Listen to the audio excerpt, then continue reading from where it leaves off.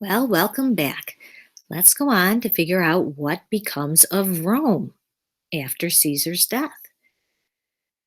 We'll get to Rome in a minute, but let's first start off with we left with Octavian going back to Rome, and Mark Antony headed east to go after more of Rome's enemies.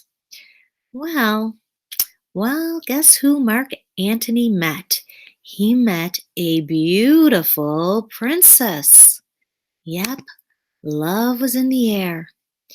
And that beautiful princess just happened to be Cleopatra. Yep, Mark Antony meets and falls in love with Cleopatra. Well, so we got a little romance going here, but the problem with this is Mark Antony was married to Octavian's sister. So Mark Antony needs to get a divorce from Octavian's sister. As you can see, that might not go over too well. As you can guess, some are not happy. Can you guess who? You got it, Octavian and his sister. Well, this incident disgraced his sister, and this led to a civil war in Rome. This was not a good thing. So, a battle occurs between Mark Antony and Octavian's fleet. Octavian wins, sending Mark Antony to retreat. This is where the love story ends, Romeo and Juliet style. Thinking this is where Shakespeare got his idea for that story. While Cleopatra and Mark Antony are apart, a message reaches Mark Antony that Cleopatra is dead. He then stabs himself with the sword. But before he dies, a new message arrives. She's alive! But Mark Antony dies soon after. Cleopatra, heartbroken and afraid of Octavian, also commits suicide. Many believe with a poisonous asp.